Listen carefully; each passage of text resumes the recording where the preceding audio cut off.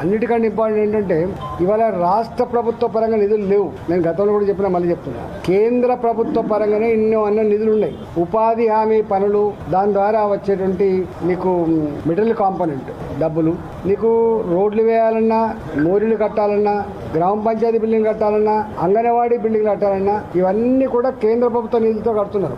వెలిగే చౌరస్తాలో వెలిగే బల్బు కానీ, పెరిగే చెట్టు కానీ, శ్మశాన వాటికలు కానీ, మొన్నటిదాకా కట్టినటువంటి రైతు వేదికలు కానీ ఇవన్నీ కూడా కేంద్ర ప్రభుత్వ నిధులే. ఒక్క మాటలో చెప్పాలంటే స్థానిక సంస్థలలో, మరీ ముఖ్యంగా గ్రామ పంచాయతీలలో కాంగ్రెస్ పార్టీ గెలిచినా రూపాయి వచ్చేది లేదు.